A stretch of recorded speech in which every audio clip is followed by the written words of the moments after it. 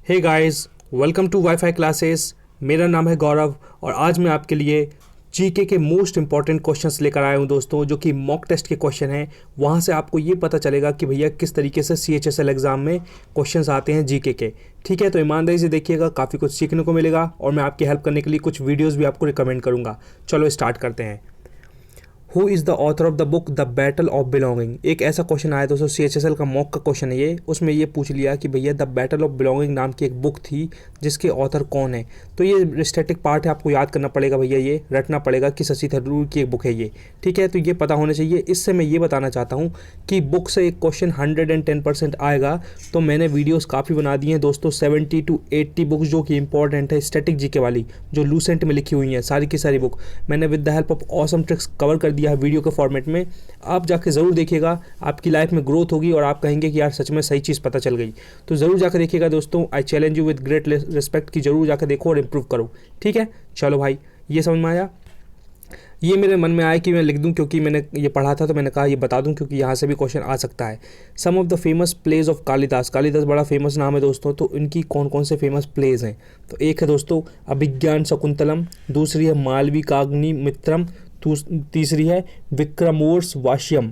ठीक है, तो ये तीन उसकी प्लेज हैं, ये तीन है ना। तो ये याद रखिएगा क्या क्या है, अभिज्ञान शकुंतलम, मालविका अग्निमित्रम एंड विक्रमोर्वास्यम। ठीक है, ये याद रखिएगा, कभी भी आ सकता है क्वेश्चन, पता भी नहीं चलेगा कब क्वेश्चन आ जाएगा और आप कब कंफ्यूज हो जाओगे कि यार पता नहीं हमने ये दो तो पढ़ी थी, तीसरा याद नहीं आ रहा। तो ऐसे क्वेश्चन घुमा के दे देता है एग्जामिनर। ठीक है, तो ध्यान रखिएगा इसको भी, है ना। इसी को बोलते हैं दोस्तों तैयारी धीरे धीरे करके इंप्रूव करके, है ना। ये देखो एक क्वेश्चन ये भी आया है, कहाँ से, अपने हिस्ट्री से। Who completed the Qutub Minar. देखो भाई, कुतुब मीनार के बारे में सबने पढ़ा भी, ये दिल्ली में है, खूब ऊंची है, दंड तूफान, दुनिया भर की बातें। लेकिन क्वेश्चन ये आ गया कि भैया कुतुब मीनार को कंप्लीट किसने करवाया था। तो पहले तो आंसर सुन लो, इनका नाम है इल्तुतमिश दोस्तों, है ना। इल्तुतमिश ने कुतुब मीनार को कंप्लीट करवाया था, मतलब पूरी कंप्लीट किसने करवाया था, इल्तुतमिश ने। लेकिन क्वेश्चन ये बनेगा सबसे पहले कि भैया कुतुब मीनार की स्टार्टिंग किसने करवाई थी, मतलब बनवाना स्टार्ट किसने करवाया था। तो दोस्तों कुतुब मीनार को कुतुबुद्दीन ऐबक नाम के बंदे ने करवाया था, जो कि फाउंडर ऑफ स्लेव डायनेस्टी थे।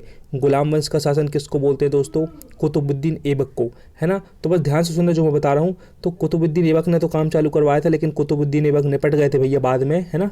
पोलो खेल रहे थे, घोड़ा से गिर के मर गए थे। तो बाद में उनका बेटा इल्तुतमिश है, इसने भैया कुतुब मीनार का निर्माण करवाया, कंप्लीट करवाया। ठीक है, अब आप सोच रहे होंगे यार कि आपने तो सर बड़े स्टाइल में बता दिया कुतुबुद्दीन ऐबक के बारे में, हम और कहाँ से पढ़ेंगे। तो इसका भी कुतुबुद्दीन ऐबक का वर्ल्ड क्लास वीडियो दोस्तों मैंने बना दिया है, आप बस डिस्क्रिप्शन चेक कर लेना। जीवन का हो जाएगा उद्धार, आप हो जाएंगे खुश और आप कहेंगे हाँ यार सही चीज़ मिल गई पढ़ने को। तो कुतुबुद्दीन ऐबक के बारे में पूरी कहानी बताई मैंने 8-10 पॉइंट में कि उनके साथ क्या क्या हुआ, है ना। कुतुब मीनार का नाम कुतुब मीनार क्यों रखा, क्योंकि एक कोई बंदा था, है ना, सेंट ख्वाजा कुतुबुद्दीन, ऐसा कोई बंदा था, उसके नाम पे कुतुब मीनार का नाम रखा। तो ये सब पूरा का पूरा मैंने कुतुबुद्दीन ऐबक के बारे में प्रॉपर बताया है, तो जाके ज़रूर देखिएगा। कुतुबुद्दीन ऐबक को ही लाख बख्श बोलते थे, तो मैंने सब बताया दोस्तों। Trust me, go and watch that video, है ना, you will like a lot. ठीक है, ये समझ में आई कहानी। अब देखो दोस्तों, अब क्या है आगे। ये एक क्वेश्चन आए दोस्तों, बिल्कुल ऐसे ही क्वेश्चन आएंगे और ऐसे ही छपेंगे, आप दिल खुश हो जाएगा आपका एग्जाम के टाइम पे कि यार बिल्कुल सही चीज़ पढ़ी हमने, बिल्कुल मतलब आप बोलोगे कि हाँ just hit the nail on the head. बिल्कुल आप यही करोगे, hit the nail on the head मतलब सही समय पर सही जगह पर अटैक करना, तो आप यही करोगे। देखो एक क्वेश्चन कैसा आया और कैसे क्वेश्चन बनते हैं जीके के। The December 1929 session of Congress, in which the resolution of पूर्ण Swaraj was passed, was presided over by। इसमें ये बोला दोस्तों 1929 में जो कांग्रेस का सेशन हुआ था, तब भैया पूर्ण स्वराज का डिक्लेरेशन किसने कर दिया था। तो ये दोस्तों अपने जवाहरलाल नेहरू ने कर दिया था। अब मैं जो बता रहा हूँ दोस्तों बिल्कुल ध्यान से कान खोल के सुनो। बिल्कुल क्या हुआ था, 1920 में इंडियन नेशनल कांग्रेस का सेशन हुआ था रावी नदी के किनारे लाहौर में। एक बार फिर से 1929 में जो कांग्रेस इंडियन नेशनल कांग्रेस का जो सेशन हुआ था लाहौर में रावी नदी के किनारे, जहाँ के चेयरमैन कौन थे अपने इंडियन नेशनल कांग्रेस के उस टाइम पे 1929 के टाइम पे, जवाहरलाल नेहरू थे। इन्होंने ही रावी नदी के किनारे लाहौर में पूर्ण स्वराज का डिक्लेरेशन कर दिया कि देखो भाई अंग्रेज, हमको अब आधी आज़ादी नहीं चाहिए, डोमिनियन स्टेटस नहीं चाहिए। मतलब डोमिनियन स्टेटस मतलब ये होता था कि भैया अपने इनका अंग्रेज़ों का झंडा लहराएगा, लेकिन उनके नीचे हम आज़ादी से काम करेंगे। लेकिन ये आधी आज़ादी नहीं चाहिए थी जवाहरलाल नेहरू को। जवाहरलाल नेहरू ने बोला देखो भाई ऐसी की तैसी तुम्हारी अंग्रेज़ों की, अब हमको पूर्ण स्वराज चाहिए है। तो 1929 को, है ना, घोषित कर दिया अपने जवाहरलाल नेहरू ने पूर्ण स्वराज की, अब हमको पूरी आज़ादी चाहिए, इसलिए ये क्वेश्चन इंपॉर्टेंट हो गया है। तो इनका नाम क्या है दोस्तों, जवाहरलाल नेहरू थे इंडियन नेशनल कांग्रेस के उस टाइम पे चेयरमैन। और क्वेश्चन दूसरा क्या आएगा कि 1929 का कौन सा कांग्रेस का सेशन था, वो इंडियन नेशनल कांग्रेस का सेशन था, कहाँ था, लाहौर में था, किस नदी के किनारे था, रावी नदी के किनारे था, चेयरमैन कौन थे, जवाहरलाल नेहरू थे, और स्लोगन क्या था, पूर्ण स्वराज था। याद आया? इस तरीके से तैयारी करना है दोस्तों आपको।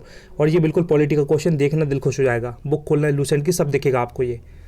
अब देखो, अब इसके बारे में थोड़ा थोड़ा जान लो, क्योंकि यहाँ से क्वेश्चन आ गया है तो उसके आसपास से क्वेश्चन जरूर बनेगा। देखो, अब Congress passed the Purna Swaraj resolution in December 1929 in the Lahore session. मैंने बताया ना कि 1929 में दिसंबर में पूर्ण स्वराज की घोषणा हो गई थी, कांग्रेस सेशन ने पास कर दी थी लाहौर सेशन में। चेयरमैन कौन थे, जवाहरलाल नेहरू। सेकंड पॉइंट में वही बात लिखी है, Jawaharlal Nehru was the president of the December 1929 Lahore session. ठीक है भाई, ये क्वेश्चन ध्यान रहेगा आपको, क्वेश्चन ऐसे बनेगा। एक और वर्ल्ड बेस्ट क्वेश्चन ये बनेगा कि भैया लॉर्ड इरविन, जो कि 1926 से 1931 का टाइम है, क्योंकि 1929 के टाइम पे दोस्तों क्या हुआ है, अपने पूर्ण स्वराज का डिक्लेरेशन हुआ है, तो 1926 से 1931 तक शासन किसका चल रहा था, क्वेश्चन ये आएगा। तो उस टाइम पे दोस्तों लॉर्ड इरविन का शासन चल रहा था, किसका, लॉर्ड इरविन का।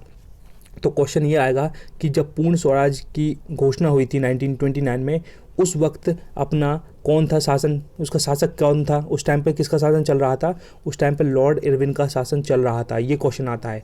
ठीक है दोस्तों, अभी बस इतनी कहानी याद रखिएगा। एक क्वेश्चन ये भी आता है दोस्तों, क्योंकि 1926 1931 की बात चल रही है ना, तो 1927 में क्या हुआ था दोस्तों, साइमन कमीशन आया था। बस सुनते जाओ आप, क्योंकि आपको काफ़ी इन्फॉर्मेशन मिलेगी, कुछ सीखने को मिलेगा।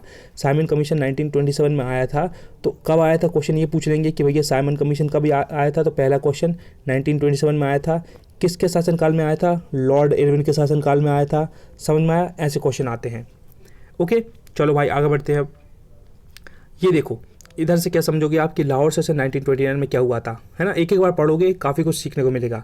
द पूर्ण स्वराज डिक्लेरेशन और declaration of independence of India was promulgated by the Indian National Congress on 19 December 1929। देखो डेट भी पता चल गई, 19 दिसंबर 1929 को भैया ये वाली पूर्ण स्वराज की घोषणा हो गई थी। ओके, प्रेसिडेंट कौन थे, चेयरमैन बोल रहा हूँ मैं, चेयरमैन प्रेसिडेंट बोल दो, तो इंडियन नेशनल कांग्रेस के प्रेसिडेंट कौन थे उस टाइम पे दोस्तों, पंडित जवाहरलाल नेहरू थे, है ना। और उस टाइम पे वाइसरॉय कौन था अपना, किसका शासनकाल चल रहा था, लॉर्ड इरविन का शासनकाल चल रहा था। ओके, ध्यान रखिएगा। एक क्वेश्चन ये भी आ सकता है, देखो सूरत सेशन से क्या जानते हो, क्योंकि ये भी वर्ल्ड क्लास इंपॉर्टेंट क्वेश्चन है, यहाँ से जरूर क्वेश्चन बनेगा। सूरत सेशन जो कि 1907 में हुआ था दोस्तों, तो क्वेश्चन पहला यही आ सकता है कि सूरत सेशन कब हुआ था, 1907 में हुआ था, 1908 में हुआ था, 1909 में हुआ था, या 10 में हुआ था। तो आपको पता होना चाहिए प्रॉपर कि भैया 1907 में हुआ था। ऐसे क्वेश्चन बनते हैं, है ना। और आदमी उस टाइम पर कंफ्यूज हो जाता है, यार कि सूरत सेशन तो पढ़ा था लेकिन हमको पता ही नहीं है। अगर मैं आपसे कोई से पूछ लूँ कि कैबिनेट मिशन प्लान कब आया था, बेवल प्लान कब आया था, अगस्त प्लान कब आया था, समझ में आया, क्रिप्स मिशन कब आया था, ये सारे के सारे सन आपको तोते की तरह याद होने चाहिए। मैंने एक वीडियो बनाया उसमें सब बताया, जाके देखिएगा, वरना अभी तो इतना सुनो बस आप। ये देखो इसमें क्या हुआ सूरत सेशन में, the Surat session was presided by doctor रास बिहारी घोष। तो पहला क्वेश्चन ये बनेगा कि सूरत सेशन को किसने स्टार्ट किया था, किसने प्रेसाइड किया था, स्टार्ट किया था एक तरीके से। तो सूरत सेशन में रास बिहारी घोष अपने मेन खिलाड़ी थे, इन्होंने भैया सेशन को प्रेसाइड किया था, मतलब पूरा खेल यहीं से इन्होंने स्टार्ट किया था, यही चालू किया था इन्होंने। ठीक है। दूसरा, the Indian National Congress split into two groups, the extremist and the moderates at the Surat session 1907।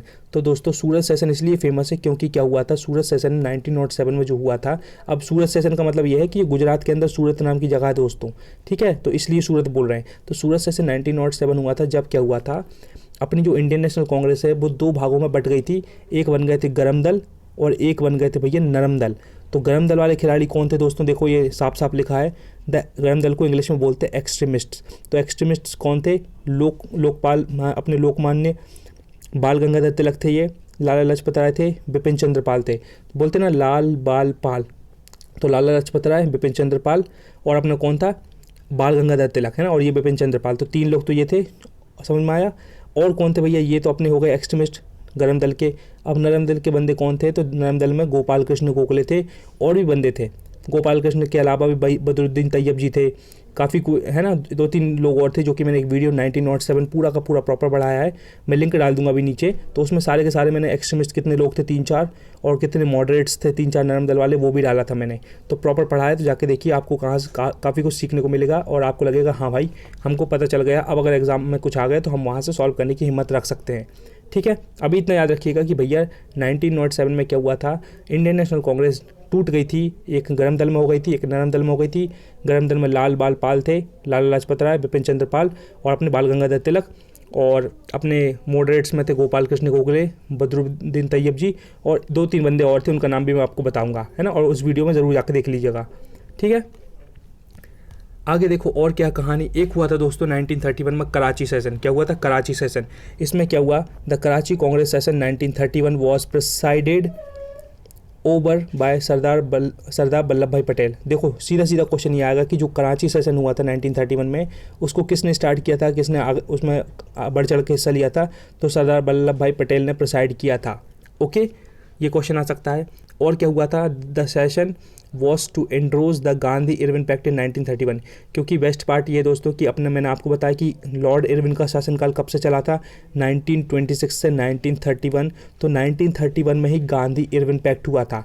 इसी में भैया पूरी बात हो गई थी इरविन पैक्ट में कि भैया हमारे बंदों को छोड़ दो। और ये गांधी इरविन पैक्ट में ही जो इरविन के साथ गांधी जी का समझौता हुआ था ना, तो उस टाइम पे गांधी जी ने मतलब भगत सिंह और सुखदेव राजगुरु इन लोगों को बचा सकते थे गांधी जी, लेकिन गांधी जी ने उनको नहीं बचाया था। इसी चक्कर में उनको बाद में फांसी हो गई थी। तो ये वही पैक्ट था।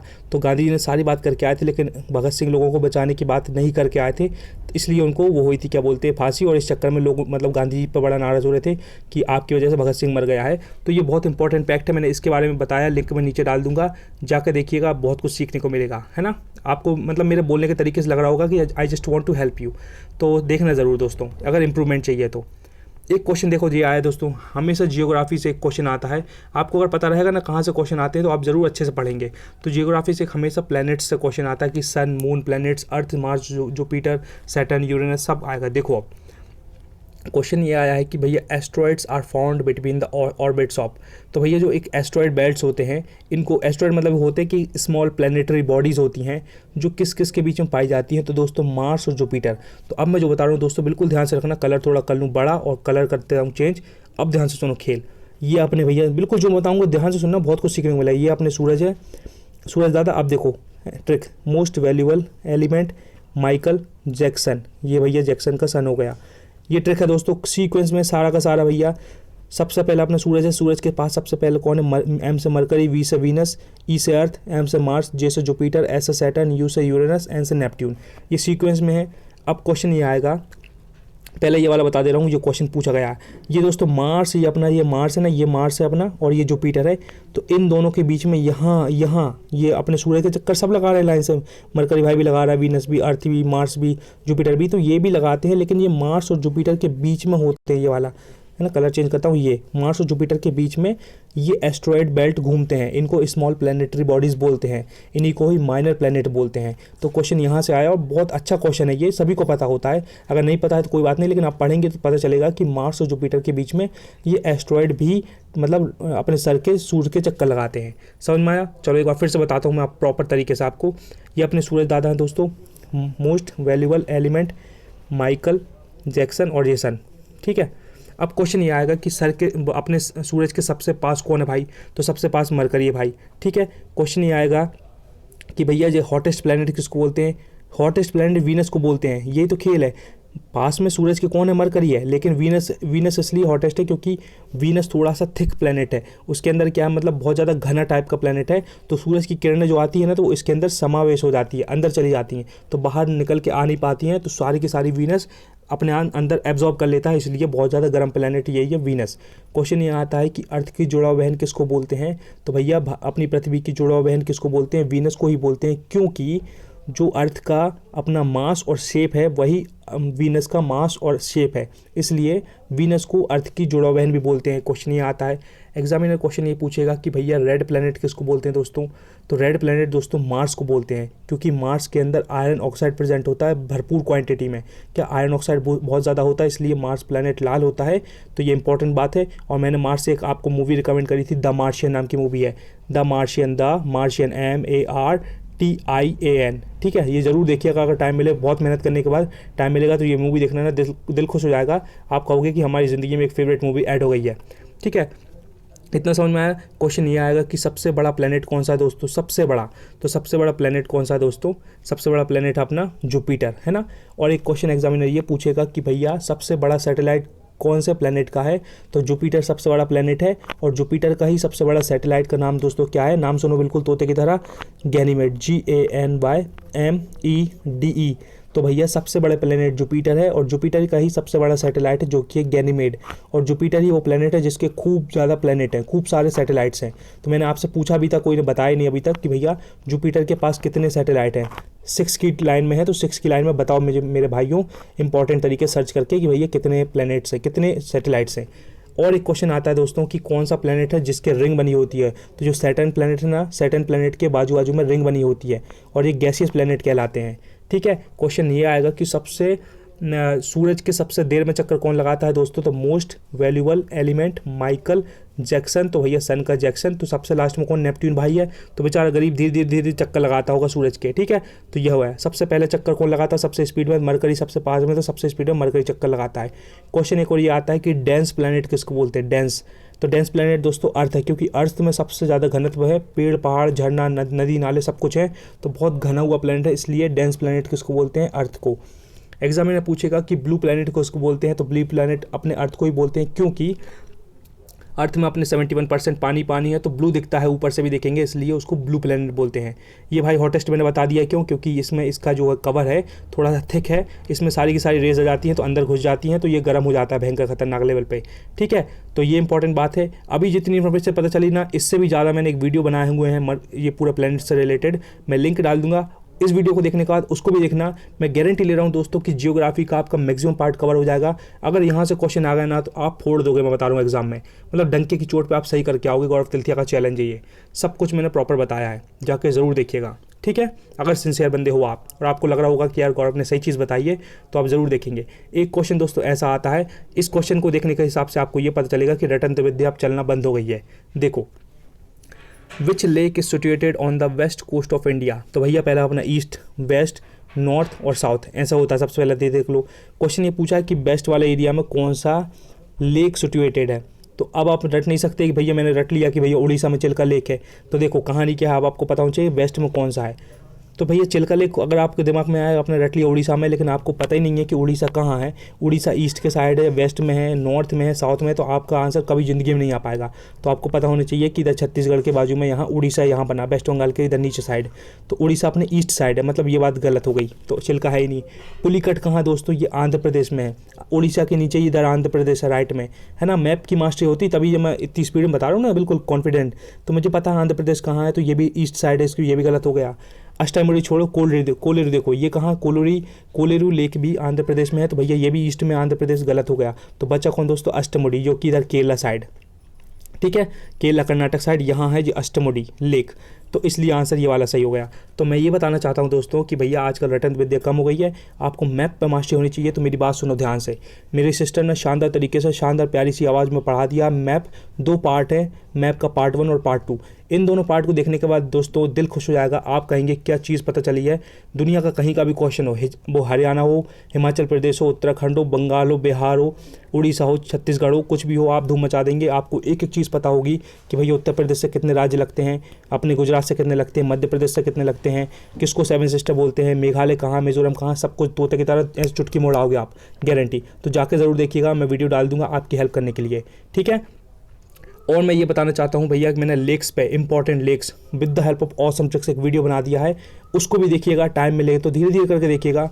चैलेंज है मेरा 110% दोस्तों, अगर एक भी लाइन याद ना होना तो मुझसे बात करना कि गौरव तिलथिया सर आप झूठ बोल रहे थे, है ना। मैं आपकी हेल्प करना चाहता हूँ, इसलिए ज़रूर जाकर देखिएगा, दिल खुश हो जाएगा। आप कहेंगे अब जाके वर्ल्ड क्लास वीडियो मिला है, और कमेंट करके बता देना अगर सच में पसंद आए तो, ठीक है भाई। मेरी मेहनत मतलब रंग लाएगी, बस यही रहेगा मेरे लिए।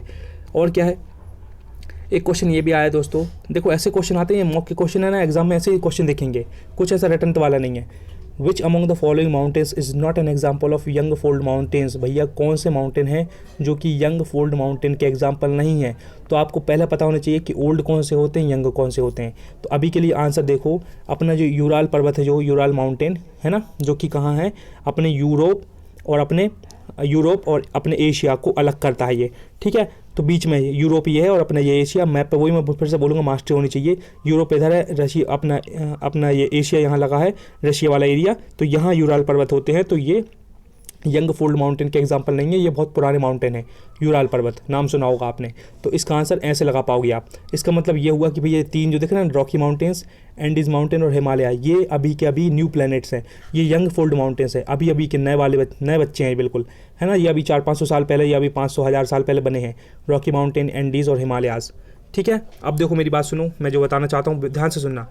मैं कलर को करता हूँ छोटा ताकि प्रॉपर समझा पाऊँ आपको। देखो ये देखो, fold mountains are formed when two earth's tectonic plates are pushed together within the earth's upper crust. दोस्तों ऐसे फोल्ड माउंटेन कैसे बनते हैं, जैसे दो अर्थ की प्लेट, एक ऐसी है और ऐसी है, ये दोनों इधर इसके पास आ रही है, इसके पास आ रही है, जब टकराएंगे ना, तो जब टकराएंगे तो क्या होगा, ऐसे बन जाएंगे ना पहाड़, तो ऐसे ही फोल्ड माउंटेन बनते हैं। समझ में आया, विजुलाइज करना। तो there are two types of fold mountain, कौन कौन से, young fold mountains and old fold mountains.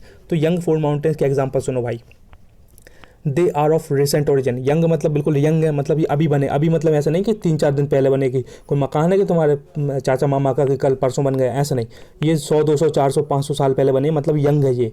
भाव माउंटेन्स की बात चल रही है, मतलब 200-400-500 साल वाली बात है जो है, और 1000 मान लो, 1000 साल, तो वो रिसेंट ओरिजिन में बने हैं, इसलिए यंग फोल्ड माउंटेन है। दूसरा point, they are higher than old fold mountains. जो ओल्ड पर्वत होते हैं ना, पुराने वाले, उनसे भी ऊंचे होते हैं। जो यंग होते हैं, आजकल नहीं रहते छोटे छोटे बच्चे, यंग बच्चे जो अपने जैसे ओल्ड पिताजी से भी ऊंचे रहते हैं हाइट में, तो ये ओल्ड वाले ये छोटे रहेंगे, और जो यंग वाले बच्चे हैं जो ऊंचे रहेंगे। तो इस तरीके से इसमें ये बात लिखी है, ठीक है। तीसरा पॉइंट देखो, examples include Andes, the Himalayas and the Rocky mountains. जो कि मैंने अभी बताया कि रॉकी माउंटेन्स, हिमालयाज और एंडीज ये अपने यंग वाले हैं। कौन से यंग, ये आपको याद रखना पड़ेगा।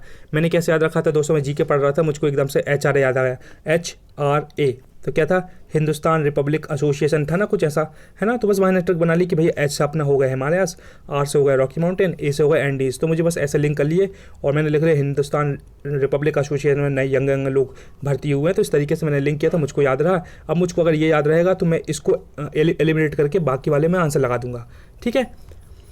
ओल्ड के बारे में सुन लो भाई, इसमें क्या है, they are found years ago, बोले तो 1000, 2000, 10,000 साल पहले बने हैं ये ओल्ड माउंटेन्स। दूसरा point, they have gentle slopes, उनका मतलब ऐसा खतरनाक वाला स्लोप नहीं है, वो हल्का हल्का ऐसे स्लोप से, नॉर्मल वाले स्लोप उनके।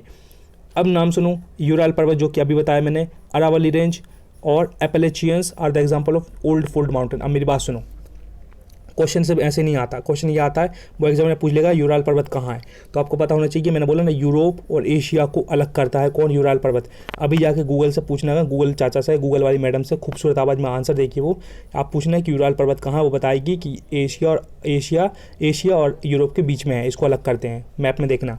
अरावली रेंज कहाँ दोस्तों, ये अपने राजस्थान में है, तो ये ओल्ड में आते हैं, ऐसे क्वेश्चन आते हैं। एपेलेचियन ये दोस्तों कहाँ, ये अपने, फिर से बोलूँगा, मैप पर मास्टरी होनी चाहिए, तो ये नॉर्थ अमेरिका में है अपने, ठीक है, नॉर्थ अमेरिका में।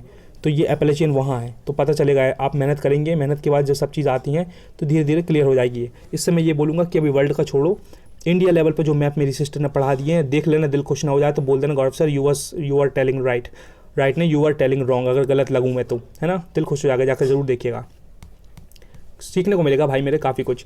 एक क्वेश्चन ये आया दोस्तों, आई थिंक ये लास्ट क्वेश्चन है, which constitutional provision was not borrowed by the Indian constitution from Australian constitution.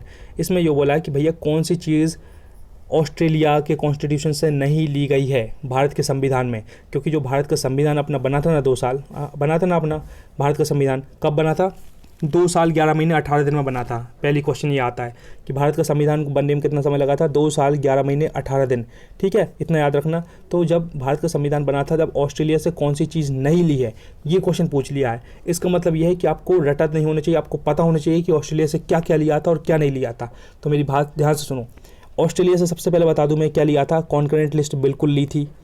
Joint setting of 2 houses of parliament, ये भी ऑस्ट्रेलिया के कॉन्स्टिट्यूशन से ही अपन ने अडॉप्ट करा है।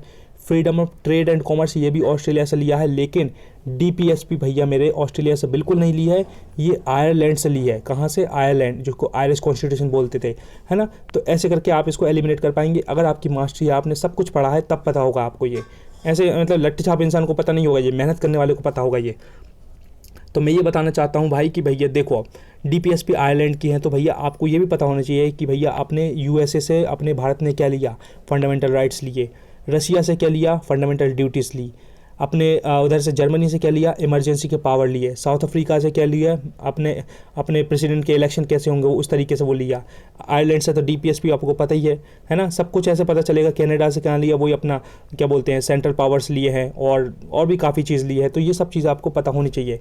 तो इसके लिए दोस्तों मैंने आपकी हेल्प करने के लिए ऑसम वीडियो बना दिया है ना, जिसमें सोर्सेज ऑफ कॉन्स्टिट्यूशन का वीडियो है, लिंक नीचे डल जाएगी with the help of awesome tricks. दोस्तों I challenge you with great love and respect कि एक बार फिर से जाकर देखना, टाइम निकाल के, दिल खुश हो जाएगा। आप कहेंगे अब जाकर हमको पता चला है, एक भी सोर्स नहीं बचेगा। अगर ऐसा क्वेश्चन आ गया ना, ऑस्ट्रेलिया, रसिया और अपने रसिया, कनाडा जो भी है, आप धुआं कर दोगे। ये गौरव तिलकिया का वादा है, तो जाकर ज़रूर देखिएगा। मैं बार बार बोलूँगा, I just want to help you. Channel पूरा ऑनेस्ट रिव्यू देता है, ऑनेस्ट चीज़ों पर बातें होती है, डराते मराते नहीं है, सिर्फ वही चीज़ पढ़ाते हैं जो बिल्कुल डंके की चोट पे आती है। तो जाकर ज़रूर देखिएगा, है ना, टाइम निकाल के अच्छे से मेहनत करके। अब फटाफट ये पढ़ लो दोस्तों, इधर से क्या क्वेश्चन आते हैं। देखो ये क्वेश्चन मैंने लिख लिए हैं क्योंकि आर्टिकल 36 से 51 में पार्ट 4 में बताया है कि DPSP दी गई हैं, ठीक है। दूसरा पॉइंट क्या है कि ये कहाँ से लिया, मैंने बोला ना कहाँ से लिया है ये अपना DPSP, ये आयरलैंड से लिया गया है। ये अच्छे से पढ़ना खुद से भी। DPSP क्या होती है? नॉन जस्टिसेबल होते हैं।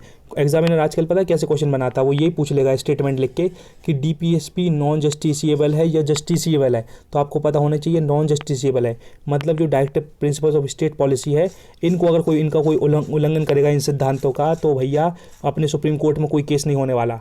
मतलब आपसे कोई बोलेगा भैया कि कचरा मत फेंको, ये मत फेंको, अच्छे से रहो, तो ये एक सिद्धांत है, ये कोई फंडामेंटल राइट नहीं है आपका कि आपको करना ही करना है, ये आपकी जिम्मेदारी है। लेकिन आप इनको नहीं भी करते हो ना, कि भैया तुम पान थूक रहे हो कहीं भी खा के या कुछ भी, तो ये कोई सुप्रीम कोर्ट में तुमको सज़ा नहीं होने वाली अभी। इसलिए DPSP नॉन जस्टिसेबल है और इन्फोर्सेबल नहीं है, ये नॉन इन्फोर्सेबल है। नॉन इन्फोर्सेबल है, ये गलत लिखा हुआ है। तो DPSP नॉन जस्टिसेबल है और नॉन इन्फोर्सेबल है, ठीक है मेरे भाई। लॉ में, कोर्ट ऑफ लॉ, समझ में आया। They acts as directives to the government to create any law. ये क्या करते हैं? Directive principle of state policy. सिर्फ जब अपन कोई संविधान, कोई लॉ बनाते हैं ना, कोई नियम कानून, तो इन बातों को ध्यान में रखते हुए बनाते हैं। बस इनका इतना ही इनका पावर है। DPSP का मतलब ये है कि भैया कोई भी लॉ बना रहे हो, कोई रूल, तो इन सिद्धांतों को ध्यान में रखते हुए कोई लॉ या कानून बनेगा। तो आपको ये भी पता होना चाहिए कि DPSP भैया है क्या, मेरे बाप है क्या। तो वो आपको मैं नेक्स्ट पार्ट में DPSP पूरी की पूरी एक एक लाइन से बताऊंगा कि DPSP कौन कौन से हैं। तो क्वेश्चन ये आएगा कि DPSP का एक स्टेटमेंट लिख के दे देगा वो, आपको पता है तो टिक लगा दो, वरना मुंडी खो जाते रह जाओ और रह जाओ फिर, है ना। पीछे नहीं रहना है। अपन DPSP क्या, अपन सब कुछ रट लेंगे, सब समझ लेंगे, पढ़ लेंगे। तो DPSP मैं बताऊँगा। अगर लगता है तो चैनल सब्सक्राइब कर लेना, नई चीज़ मिलेगी आपको शानदार वाली। आगे देखो, फटाफट खत्म करते हैं। अब देखो लास्ट है ये, the features of the constitution that are taken from the Australian constitution in the Indian constitution. देखो भैया, ऑस्ट्रेलिया के कॉन्स्टिट्यूशन से भारत के संविधान ने क्या क्या लिया, ध्यान से सुनो। Concurrent list, freedom of trade and commerce, commerce and intercourse, the joint setting of the houses of parliament, the language used in the preamble. अब मेरी बात ध्यान से सुनो दोस्तों, मैंने ये जो सोर्सेज वाला एक वीडियो बनाया है ना, जो अभी मैंने बताया कि लिंक डाल दूंगा, वो with the help of awesome tricks बनाया। तो मैंने ऑस्ट्रेलिया की ट्रिक बनाई थी, ध्यान से सुन लो फटाफट, कि ऑस्ट्रेलिया के प्लेयर बहुत ऐसे ट्रिक बनाई थी कि ऑस्ट्रेलिया के प्लेयर क्रिकेट में बहुत अच्छे होते हैं, तो बहुत ज़्यादा वो वर्ल्ड कप भी जीता उन्होंने। तो वो क्या करते हैं, वो लिस्ट बनाते हैं, चेक करते हैं, हाँ भाई मेरी बैटिंग हो गई आधे घंटे, बॉलिंग हो गई, ये हो गई, तो लिस्ट बना के काम करते हैं। इसलिए कॉन्करेंट लिस्ट ऑस्ट्रेलिया से लिया गया है। ये मैंने याद करने का तरीका बनाया था, है ना, और आपको भी हेल्प मिलेगी। वो ट्रेड भी करते हैं, अच्छा खेलते हैं, अच्छा परफॉर्म करते हैं, फिर उनको एंडोर्समेंट मिलते हैं और फिर दुनिया भर के उनको वो मिलते हैं, क्या बोलते हैं कि एडवर्टीजमेंट मिलते हैं, तो फिर वो ट्रेड करते हैं अपना। तो वो भी बिल्कुल लिस्ट बना करते हैं, हाँ भैया ट्रेड कर रहे हैं, आलू बिक गया हमारा, टमाटर बिक गया, ये बिक गया, मतलब ट्रिक बनाने के लिए वो ट्रेड भी बिल्कुल चेक लिस्ट यूज़ करते हैं। तो दोनों भी मैंने ऐसे याद कर लिए। तीसरा क्या था, कॉमर्स एंड इंटर कोर्स, तो मतलब उनके कोर्स चलते हैं कि भैया हाँ हम बैटिंग इंप्रूव करने के लिए कौन सा कोर्स कर सकते हैं, बॉलिंग इंप्रूव करने के लिए कौन सा कोर्स कर सकते हैं, फील्डिंग इंप्रूव करने के लिए कौन सा कोर्स कर सकते हैं, तो उनके कोर्स चलते हैं। इसलिए ऑस्ट्रेलिया वाले बहुत अच्छा करते हैं। तो ये ट्रिक बनाई थी याद करने की। आप वो वाला वीडियो देखेंगे ना तो पूरा कनेक्ट कर पाएंगे कि मैं क्या बोल रहा हूँ। और क्या लास्ट सेकंड लास्ट बात देखो, the joint sitting of the houses of the parliament. तो ऑस्ट्रेलिया के प्लेयर इसलिए अच्छा खेलते हैं क्योंकि वो टाइम टाइम पे जॉइंट सिटिंग करते रहते हैं। हाँ, पूरे के पूरे 11 प्लेयर बैठते हैं, फिर बोलते हैं हाँ भाई तुम बैटिंग करोगे, तुम कौन सी फील्डिंग करोगे, तुम कैसी प्रैक्टिस कर रहे हो, तुम क्या कर रहे हो। तो वो जॉइंट सिटिंग करते हैं, इसलिए वो अपनी वीकनेस पे काम कर पाते हैं और अच्छा परफॉर्म करते हैं, इसलिए वो वर्ल्ड कप जीतते हैं। तो मैंने ऑस्ट्रेलिया से पूरा लिंक प्लेयर से करी थी और प्लेयर से रिलेटेड ये बना ली, तो मुझको सारे याद रहे, आपको भी ऐसे याद होंगे, है ना दोस्तों। लास्ट बात थी the language used in the preamble. दोस्तों जो अपना प्रीएम्बल है, जो अपनी प्रस्तावना है, उस प्रीएम्बल में लैंग्वेज कौन सी यूज्ड होगी वो भी ऑस्ट्रेलिया से लिया गया है। तो क्वेश्चन ये आएगा कि the language in the preamble, जो प्रीएम्बल में जो लैंग्वेज यूज्ड होगी, ये वाला आइडिया कहाँ से लिया गया है, ऑस्ट्रेलिया से लिया गया है, साउथ अफ्रीका से, रशिया से, अमेरिका से, कहाँ से लिया गया है। तो आपको पता होना चाहिए भैया ऑस्ट्रेलिया से। इसको बोलते हैं तैयारी, और ये मेहनत के बाद आती है, कंसिस्टेंट रिवीजन के बाद आती है, कंसिस्टेंट हार्ड वर्क करने के बाद आती है, अपने ऊपर बिलीव रखने के बाद आती है, ऐसे टाइम पास करने से नहीं आती। तो मैं यही चाहता हूँ कि आप भी सिंसियर बंदे, डेडिकेटेड होंगे, डिटरमाइंड बंदे होंगे अपने करियर को लेके, तो आप सब पढ़ लेंगे, वो हर चीज़, वो हर संभव प्रयास करेंगे जो करना चाहिए। ठीक है दोस्तों, बस इतना ही पढ़ाना था। वीडियो आई थिंक थोड़ा बड़ा हो गया होगा, लेकिन इन्फॉर्मेशन बहुत काम की थी। Thanks for watching this video. Comment करके बता दे दोस्तों अपने दिल की बात कि गौरव तिलथिया ने कैसा पढ़ा है, आपको समझ में आया कि नहीं, कुछ सीखने को मिला कि नहीं। कमेंट करोगे जब मुझे पता चलेगा। एक बंदे को शेयर कर दे भाई, और शेयर करो चाहे ना करो, पहले तुम पढ़ो, पहले अपना पैरासूट बांधो, फिर दूसरे का बांधेंगे। खूब मेहनत करो, उसके बाद अगर मन हो तो शेयर कर देना, वरना बिल्कुल मत करना, कोई प्रॉब्लम नहीं। पहले तुम पढ़ो अच्छा। और अभी लगता है कि पीडीएफ चाहिए तो भैया टेलीग्राम ज्वाइन कर लो, पीडीएफ मिल जाएगी। और सब्सक्राइब इसलिए कर लो क्योंकि इसी तरीके से वर्ल्ड क्लास तरीके से वीडियो मिलते हैं with the help of awesome tricks और ऑसम एक्सप्लेनेशन और ऑथेंटिक कंटेंट के साथ। सब्सक्राइब कर लो वरना बहुत नुकसान हो जाएगा भाइयों। एक बार सब्सक्राइब कर लो बस फटाक से, है ना। वीडियो जिस दिन ऐसा लगा पसंद नहीं आ रहा तो उस दिन अनसब्सक्राइब कर देना, मैं खुद बोल रहा हूँ, लेकिन अभी सब्सक्राइब करो अगर ग्रोथ चाहिए लाइफ में तो। और रिवीजन इज द की, 5 से 6 घंटे हर दिन जो रिवीजन करेगा, जो 60 मिनट रिवीजन करेगा और 5 से 6 घंटे हर दिन पढ़ाई करेगा, वही चैंपियन बनेगा, वही धूम मचाएगा। अगर आप ये चीज़ फॉलो कर रहे हो तो आप चैंपियन बनोगे, और नहीं कर रहे हो तो अभी नहीं बनोगे। तो ये वाली चीज़ करना चालू कर दो। जितने भी बड़े बड़े चैंपियन IAS IPS वो भी कंसिस्टेंट हार्ड वर्क करते थे। That's why they are successful, that's why they are playing at the peak level. If you really want to be like them then you have to pay the price by working hard every single day towards your dream. Okay, और description check कर लेना, काफ़ी video डालूंगा with the help of tricks, तो जाकर देख लेना, वो भी दिल खुश हो जाएंगे। जितने मैंने अभी बताए सारे वीडियो अपलोड हो जाएंगे। चलो, thank you so much. Never ever give up, be consistent towards your goal and be proud of who you are.